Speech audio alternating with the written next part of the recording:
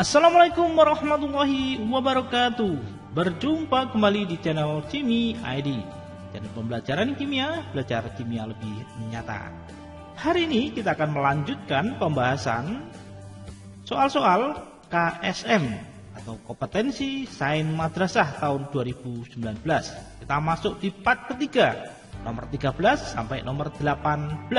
Ini adalah soal-soal seleksi tingkat kabupaten atau kota KSM tahun 2019, bidang studi kimia terintegrasi. Marilah bersama-sama kita simak pembahasan soal-soal kompetensi sains madrasah tahun 2019 part ketiga, nomor 13 sampai 18. Jangan lupa like, subscribe, dan tekan tombol lonceng tidak video terbaru dari channel Jimmy ID. Nomor 13. Dalam Al-Quran surat Ar-Rum ayat 41, Allah Subhanahu wa Ta'ala berfirman, telah tampak kerusakan di darat dan di laut disebabkan karena perbuatan tangan manusia. Allah menghendaki agar mereka merasakan sebagian dari akibat perbuatan mereka, agar mereka kembali ke jalan yang benar. Kemajuan pesat ilmu kimia menghasilkan penggunaan dan produksi senyawa-senyawa yang dapat merusak lingkungan. Berdasarkan green chemistry, ilmuwan kini mensintesis senyawa ionik berbentuk cair pada 298 Kelvin sebagai pengganti pelarut organik beracun yang disebut ionic liquid atau IL. IL merupakan karbon turunan amina yang mengandung NH4+ dan Cl- dengan titik leleh 314 Kelvin. Sebagai pelarut, IL seharusnya memiliki titik leleh di bawah suhu kamar. Karena itu, anion pengganti yang tepat agar titik leleh IL kurang dari 298 Kelvin. Jadi ini 298 Kelvin artinya sekitar pada suhu kamar pada 25 derajat Celcius. Oke, kita ketahui di sini ada anion. Anionnya adalah Cl yang mempunyai titik leleh 314 Kelvin.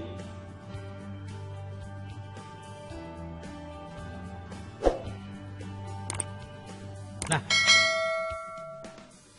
selanjutnya yang diminta adalah anion pengganti. Jadi anion pengganti yang titik lelehnya kurang dari 298 Kelvin. Nah, kita lihat ini pilihannya ada F, Br, ada Se, ada O. Kita lihat ini dalam satu periode F, Cl, Br, I. Ini kalau kita lihat sebagai pengganti Cl, nah ini kalau semakin besar ini adalah golongan halogen. Ini golongan halogen atau 7A. Ini kita tahu dalam sifat-sifat periodik sifatnya semakin ke atas ini titik lelehnya semakin naik, sehingga dari sini pun bisa diketahui ini yang tepat sebagai pengganti Cl adalah Br. Ini kalau bandingan soal A dan B. Nah, untuk Se12, nah ini kalau bereaksi dengan senyawa lain, ini kecenderungannya kalau misal dengan oksigen, oksidanya berbentuk padat karena yang dibutuhkan adalah cair. Begitu juga dengan O2. Nah, ini juga kecenderungannya bersifat padat juga. Dan kalau padat, yang kita tahu titik lelehnya ini akan sangat tinggi. Oke, jadi jawaban yang tepat adalah yang B.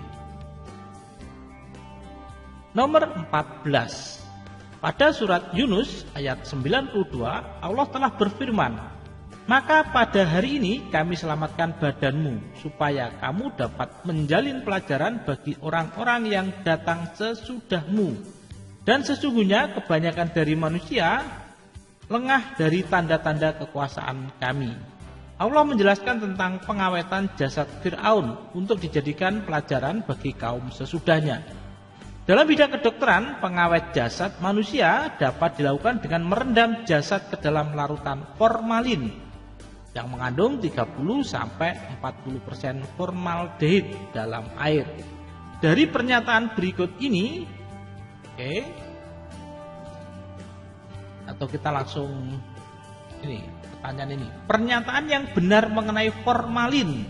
Nah, pernyataan yang benar mengenai formalin kita analisis satu persatu.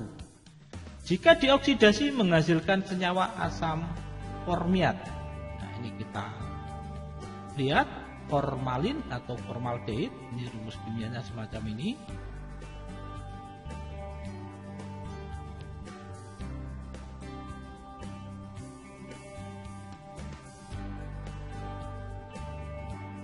Nah, ini kalau dioksidasi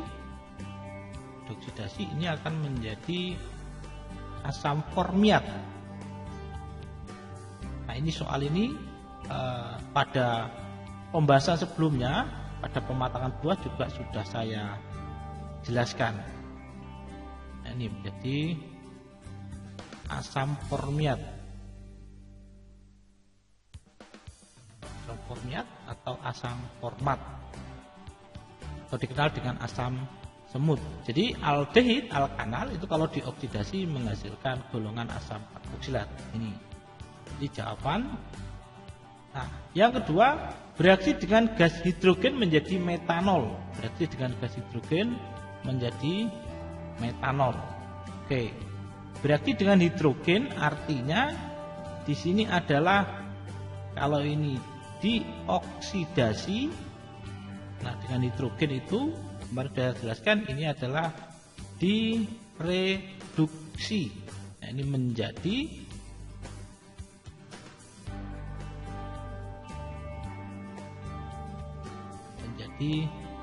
metanol. Oke. Selanjutnya bereaksi dengan Vehlen membentuk endapan merah bata.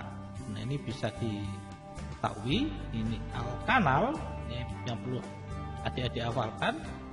Ini kalau direaksikan dengan Vehlen, nah ini akan menghasilkan endapan merah bata. Nah, dengan tolen ini dihasilkan cermin perak. Oke, nomor pernyataan keempat, berisomer dengan senyawa aseton. Nah, ini jangan gegabah. Nah, alkanal memang berisomer fungsi dengan golongan alkanon, tetapi untuk kasus ini kita lihat formaldehid atau ini rumus kimianya.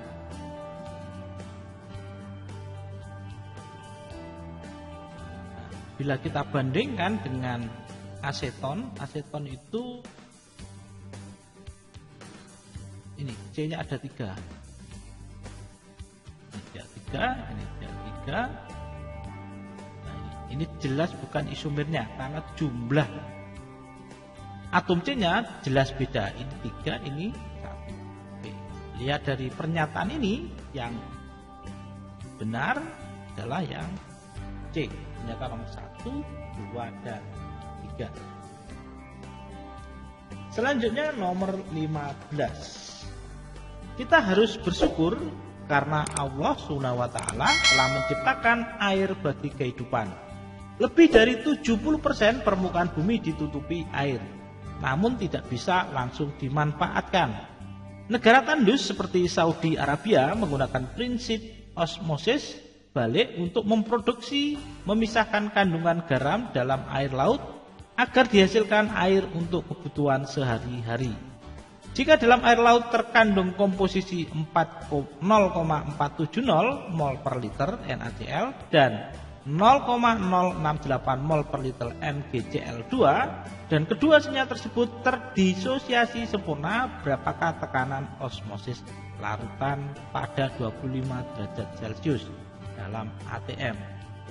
Oke, kita ambil ini sampelnya. Di sini ada NaCl yang konsentrasinya 0,470 dan ada MgCl2 ada 0,068. Nah, mol per liter itu atau kita singkat molar di sini. Nah, untuk suhunya sama dengan 25 derajat Celcius. Ini kalau kita jadikan Kelvin, 273 ditambah 25 sama dengan 298.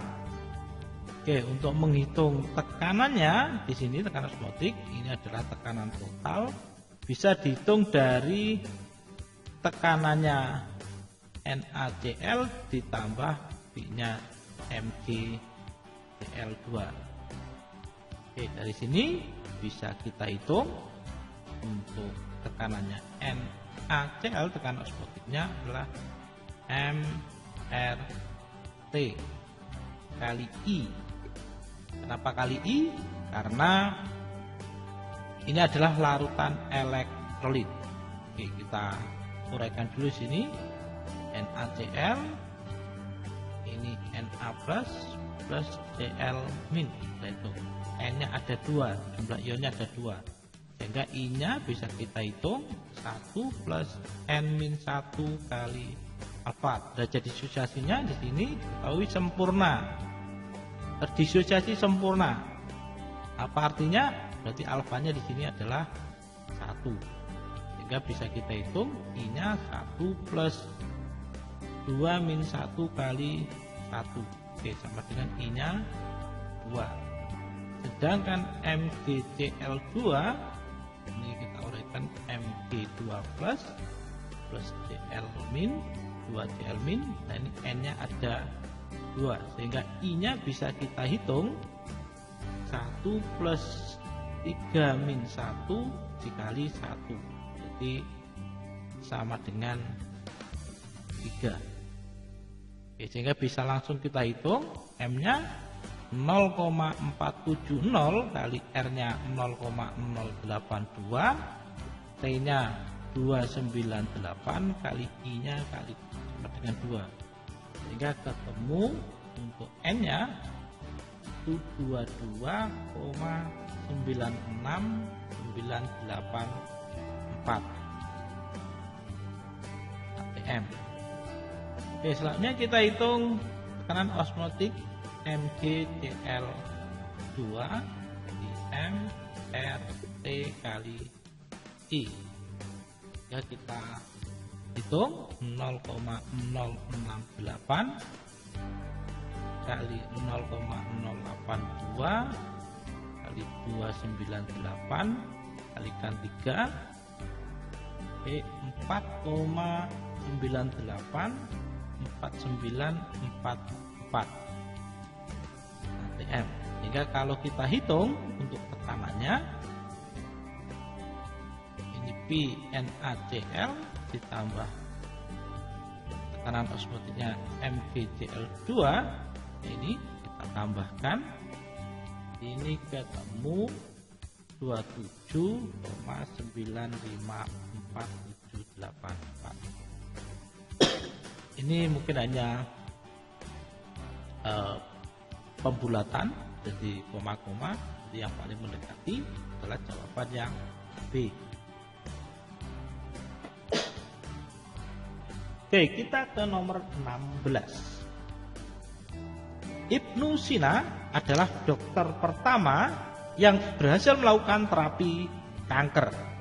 Beberapa obat yang digunakan untuk terapi kanker yaitu doxorubicin. Cara kerja obat ini adalah dengan memblok enzim isomerase 2, yaitu zat yang digunakan sel kanker untuk membelah diri. Uji in vitro dilakukan dengan mereaksikan 0,4 mol senyawa obat X dengan 0,6 mol enzim Y dalam 400 ml larutan buper. Setelah 10 menit melakukan identifikasi dan diperoleh senyawa X sebanyak 0,32 mol. Reaksi umum antara obat dengan enzim adalah persamaan laju reaksi tersebut adalah laju reaksi inhibisi senyawa obat tersebut. Obat selama 10 menit. Oke, kita analisis terlebih dahulu. Ini dari, kita terus kembali bersama reaksinya, 2X plus 3Y menjadi X2Y3. Jangan lupa ini MBS, mula-mula bereaksi bisa. Ini kita hitung. Ini ada 0,4 mol obat X, dengan obat Y-nya ini ada 0,6.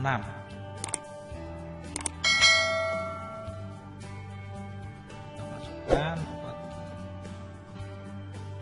Setelah 10 menit dilakukan identifikasi, diperoleh senyawa X sebanyak 0,32. Jadi di sini 0,32 mol. Nah, sehingga di sini bisa diketahui yang bereaksi untuk X-nya ini adalah 0,08. Nah, ini untuk perbandingan mol, ini ketemu 0,12, 3/2 kali 0,08. Ini 1 ketemu 0,04. Sehingga hasil akhirnya bisa dilihat 0,48. Nah, kita hitung dulu konsentrasinya untuk konsentrasi X. Nah, ini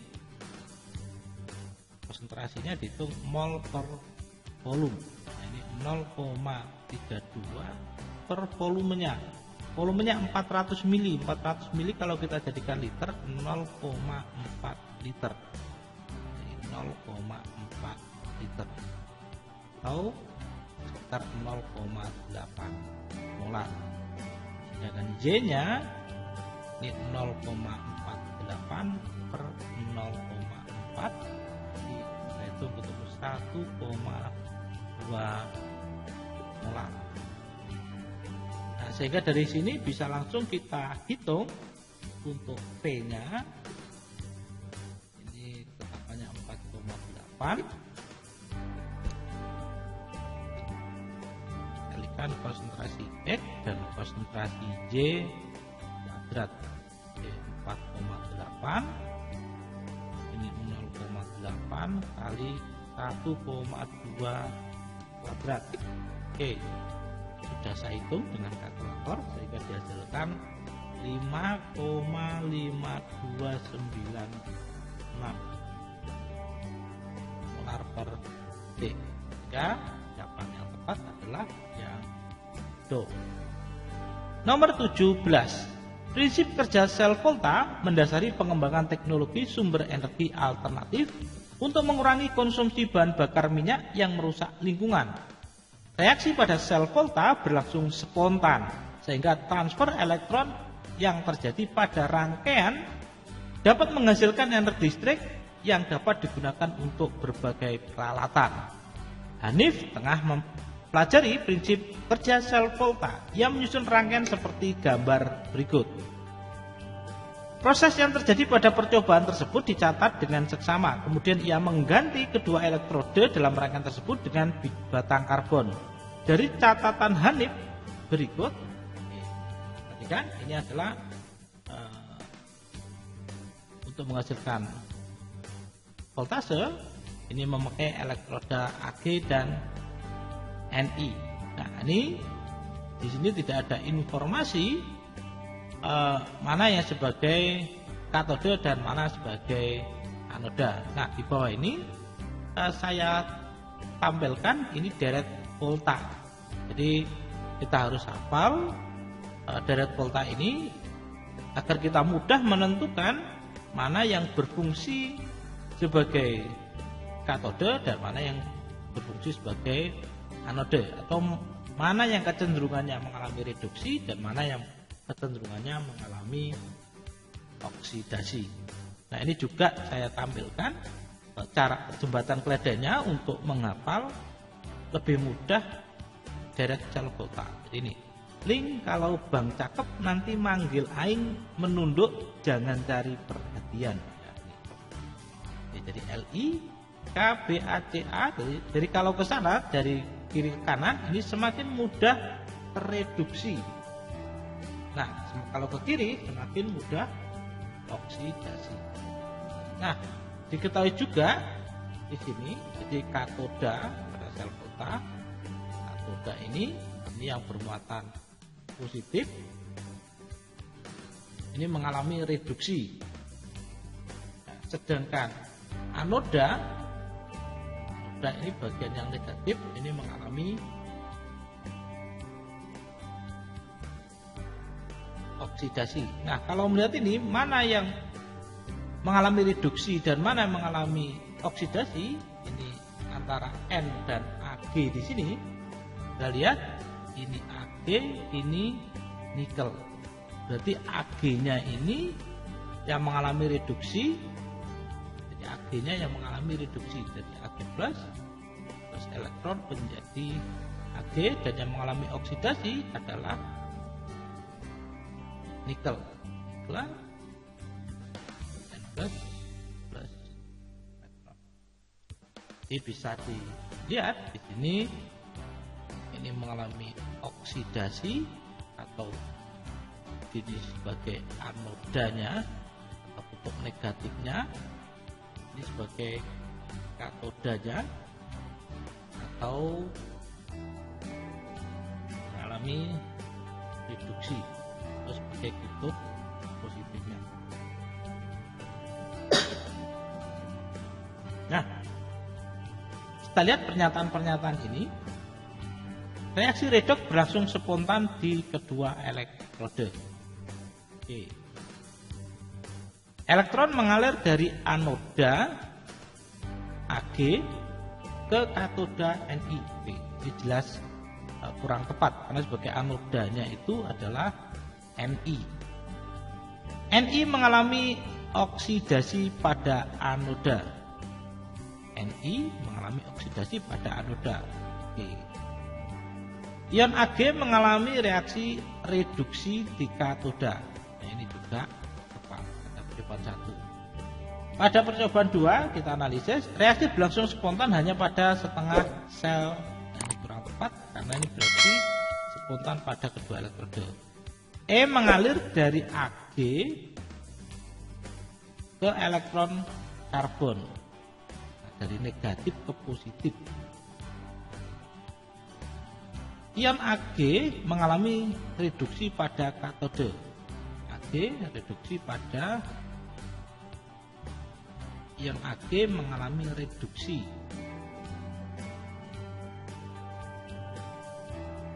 Ion Ag mengalami reduksi pada katode.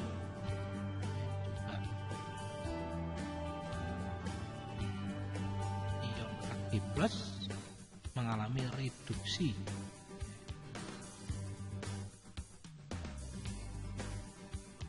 pada katode. Tidak terjadi reaksi reduksi. Ini juga kurang tepat.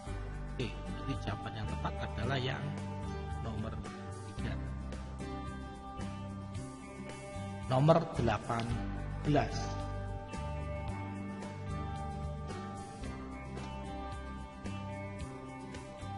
Penyakit batu ginjal atau nefrolithiasis disebabkan terjadinya endapan partikel padatan berupa garam-garam sukar larut. Salah satu reaksi pembentukan batu ginjal adalah Ca2+ plus C2O4 ion kalsium bereaksi dengan ion oksalat menjadi, nah di sini reaksi timbangan CaC2O4. Dari pernyataan berikut, ini kita jujuk sini, pernyataan yang tepat adalah, jadi pernyataan ini mana yang tepat. Pemberian obat diuretik Ini untuk mengurangi cairan, dapat menggeser reaksi ke arah kiri. Jadi mengurangi cairan, menggeser ke arah kiri. Oke, ini juga tepat. Nah, diuretik ini salah satu obat yang digunakan untuk mengurangi pembentukan batu ginjal. Sehingga benar kalau mengurangi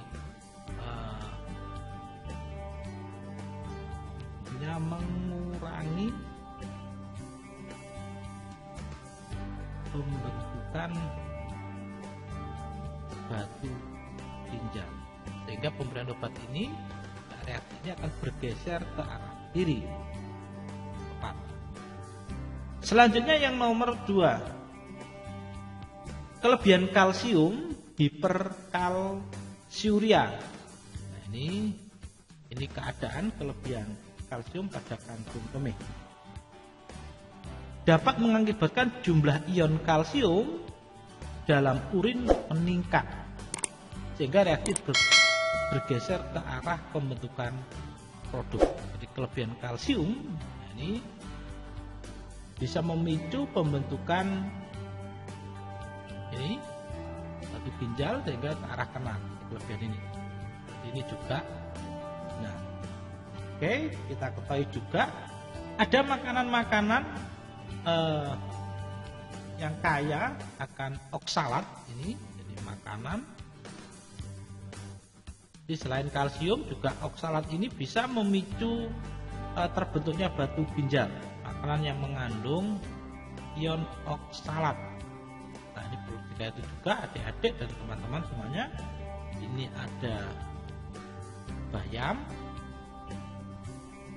ada coklat, dan kacang-kacangan. Nah, kalau pada minuman, ini biasanya pada teh kaya kandungan oksalat. Selanjutnya yang nomor 3, mengkonsumsi sayuran yang mengandung oksalat seperti bayam akan menggeser keseimbangan ke arah kiri. Tapi ini kurang tepat. Harusnya ke kanan harusnya. Ini. Meningkatkan konsumsi air minum dapat menggeser keseimbangan reaksi ke arah kanan. Jadi kalau kita minum air disarankan itu akan meluruhkan ini kalsium C2O4, jadi bukan ke kanan tetapi ke kiri diantarkan. Juga kurang tepat. Oke, jawaban yang tepat adalah di pilihan kebetulan tidak ada, sehingga jawaban yang paling tepat adalah nomor 1 dan 2. Nah, ini bukan maksud saya menyalahkan soal, tapi wallahu alam. Tapi ini dari konsep teori, ini pilihan jawabannya nomor 1 dan 2. Oke, ini tadi pembahasan soal-soal kompetisi sains madrasah tahun 2019, part ketiga nomor 13 sampai nomor 18. Bila ada pertanyaan dan saran bisa dituliskan di kolom komentar. Untuk part yang lain, pembahasan soal-soalnya bisa dilihat di link deskripsi. Jangan lupa like, subscribe, dan tekan tombol lonceng agar tidak tertinggal video terbaru dari channel Jimmy ID. Terima kasih. Assalamualaikum warahmatullahi wabarakatuh. Jangan lupa like, subscribe, dan tekan tombol lonceng untuk tertinggal video terbaru dari channel Jimmy ID.